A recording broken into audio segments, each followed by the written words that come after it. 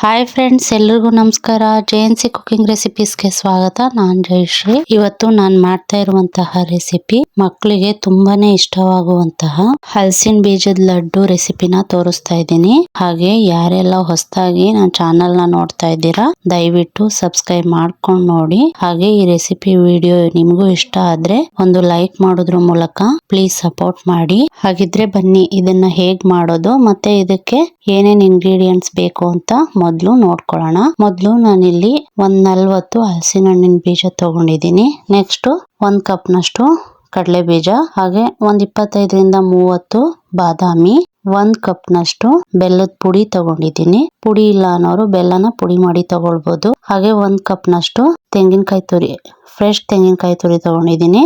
ಹಾಗೆ 3 ಏಲಕ್ಕಿ, 1-2 ಸ್ಪೂನ್ ತುಪ್ಪ ಹಾಕುವಾಗ ತೋರಿಸ್ತೀನಿ. ಇದಿಷ್ಟು ಬೇಕಾಗಿರೋ ಸಾಮಗ್ರಿಗಳು. ನೆಕ್ಸ್ಟ್ ಸ್ಟವ್ ಮೇಲೆ ಒಂದು ಪ್ಯಾನ್ ಇಟ್ಕೊಂಡು ಪ್ಯಾನ್ ಬಿಸಿ ಆದ್ಮೇಲೆ ಹಲಸಿನ ಹಣ್ಣಿನ ಬೀಜನ ಚೆನ್ನಾಗಿ ಹುರ್ಕೊಳ್ಬೇಕು. ಮೀಡಿಯಂ ಫ್ಲೇಮ್ ನಲ್ಲಿ ಇಟ್ಕೊಂಡು ಚೆನ್ನಾಗಿ ಒಂದು 5-6 ನಿಮಿಷ ಚೆನ್ನಾಗಿ ಹುರ್ಕೊಳ್ಳಿ. ನೋಡಿ, ಹಲಸಿನ ಹಣ್ಣಿನ ಬೀಜನ ಚೆನ್ನಾಗಿ ಹುರ್ಕೊಂಡಿದ್ದಾಗಿದೆ. ಇದನ್ನ ಒಂದು ಪ್ಲೇಟ್ಗೆ ತೆಗೆದಿಟ್ಕೊಳ್ತಾ ಇದ್ದೀನಿ. ನೆಕ್ಸ್ಟ್ ಅದೇ ಪ್ಯಾನ್ಗೆ 1 ಕಪ್ ಕಡಲೆ ಬೀಜ ಹಾಕೊಳ್ತಾ ಇದ್ದೀನಿ. ಕಡಲೆ ಬೀಜನೂ ಅಷ್ಟೇ ಮೀಡಿಯಂ ಫ್ಲೇಮ್ ನಲ್ಲಿ ಇಟ್ಕೊಂಡು ಚೆನ್ನಾಗಿ ಹುರ್ಕೊಳ್ಳಿ. ಅದೆಲ್ಲ ಸಿಪ್ಪೆ ಬಿಟ್ಕೊಂಡು ಸ್ವಲ್ಪ ಬಾಯಿ ಬಿಟ್ಕೊಳ್ಳುತ್ತೆ ನೋಡಿ, ಅಲ್ಲಿವರೆಗೂ ಹುರಿದು ತಗೊಳ್ಳಿ. ಇವಾಗ ಕಡಲೆ ಬೀಜನ ಹುರಿದಿದ್ದಾಗಿದೆ. ಇದನ್ನು ಕೂಡ ಒಂದು ಪ್ಲೇಟ್ಗೆ ತೆಗೆದಿಟ್ಕೊಂಡು ನೆಕ್ಸ್ಟ್ ಅದೇ ಪ್ಯಾನ್ಗೆ ಬಾದಾಮಿ ಹಾಕೊಳ್ತಾ ಇದ್ದೀನಿ. ಬಾದಾಮಿ ಬೇಕು ಅಂದ್ರೆ ಹಾಕೊಳ್ಳಿ, ಬೇಡ ಅಂದ್ರೆ ಸ್ಕಿಪ್ ಮಾಡ್ಬೋದು. ಬಾದಾಮಿನೂ ಅಷ್ಟೇ ಒಂದು 3-4 ನಿಮಿಷ ಮೀಡಿಯಂ ಫ್ಲೇಮ್ ನಲ್ಲಿ ಇಟ್ಕೊಂಡು ಚೆನ್ನಾಗಿ ಹುರ್ಕೊಳ್ಳಿ. ನೋಡಿ, ಬಾದಾಮಿನೂ ಕೂಡ ಚೆನ್ನಾಗಿ ಹುರ್ಕೊಂಡಿದ್ದಾಗಿದೆ. ಇವಾಗ ಇದನ್ನು ಕೂಡ ಒಂದು ಪಾತ್ರೆಗೆ ತೆಗೆದಿಟ್ಕೊಳ್ತಾ ಇದ್ದೀನಿ. ಸೊ ನೆಕ್ಸ್ಟ್ ಅದೇ ಪ್ಯಾನ್ಗೆ 1-2 ಸ್ಪೂನ್ ತುಪ್ಪ ಹಾಕೊಂಡು ಹಸಿ ತೆಂಗಿನಕಾಯಿ ತುರಿ ಹಾಕೊಳ್ತಾ ಇದ್ದೀನಿ. ನಿಮ್ಗೆ ತೆಂಗಿನಕಾಯಿ ಹಸಿದ್ ಬೇಡ ಅಂದ್ರೆ ಕೊಬ್ಬರಿನೂ ಕೂಡ ಸೇರಿಸ್ಕೊಳ್ಬಹುದು. ತುಂಬಾ ದಿನ ಇಟ್ಕೊಳ್ತೀರಾ ಅಂದ್ರೆ ಕೊಬ್ಬರಿನ ಸೇರಿಸಿ ಈ ತರ ಹುರಿದು ಹಾಕೊಳ್ಳಿ. ನಾನಿಲ್ಲಿ ಹಸಿ ತೆಂಗಿನಕಾಯಿ ತುರಿ ಹಾಕೊಳ್ತಾ ಇದ್ದೀನಿ. ಹಾಕೊಂಡು ಇದನ್ನು ಕೂಡ ಮೀಡಿಯಂ ಫ್ಲೇಮ್ ಅಲ್ಲಿ ಇಟ್ಕೊಂಡು ಒಂದು 3 ನಿಮಿಷ ಹುರಿದು ತಗೊಳ್ಳಿ. ನೋಡಿ, ಇದು ಹುರಿದಾಗಿದೆ. ಇದನ್ನು ಕೂಡ ಒಂದು ಪ್ಲೇಟ್ಗೆ ತೆಗೆದಿಟ್ಕೊಳ್ತಾ ಇದ್ದೀನಿ.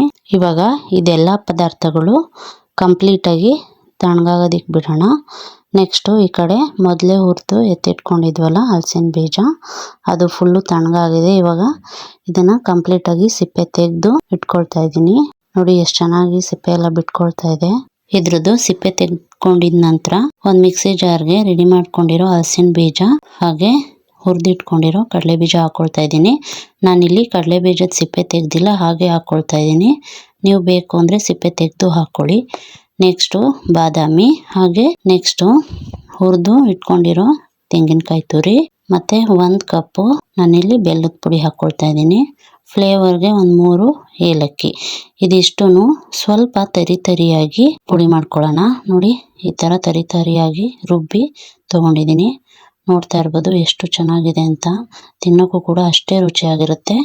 ಹಾಗೆ 1-2 ಸ್ಪೂನು ಹುರಿದಿರೋ ಎಳ್ಳು ಹಾಕೊಂಡು ಚೆನ್ನಾಗಿ ಒಂದ್ಸಲ ಮಿಕ್ಸ್ ಮಾಡಿಕೊಂಡು ಇದನ್ನ ನಿಮ್ಗೆ ಯಾವ ಸೈಜಿಗೆ ಬೇಕೋ ಆ ಸೈಜ್ಗೆ ಉಂಡೆ ಮಾಡಿ ತಗೊಂಡ್ರೆ ಹೈ ಪ್ರೋಟೀನ್ ಹಲಸಿನ ಬೀಜದ ಲಡ್ಡು ರೆಡಿ ಆಗಿಬಿಡುತ್ತೆ.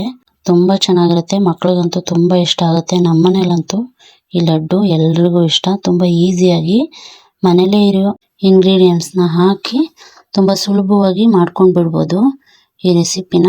ಇನ್ನೂ ಒಂದ್ಸಲನೂ ಟ್ರೈ ಮಾಡಿಲ್ಲ ಅಂದ್ರೆ ಖಂಡಿತ ಒಂದ್ಸಲ ಟ್ರೈ ಮಾಡಿ. ತುಂಬಾ ರುಚಿಯಾಗಿರುತ್ತೆ.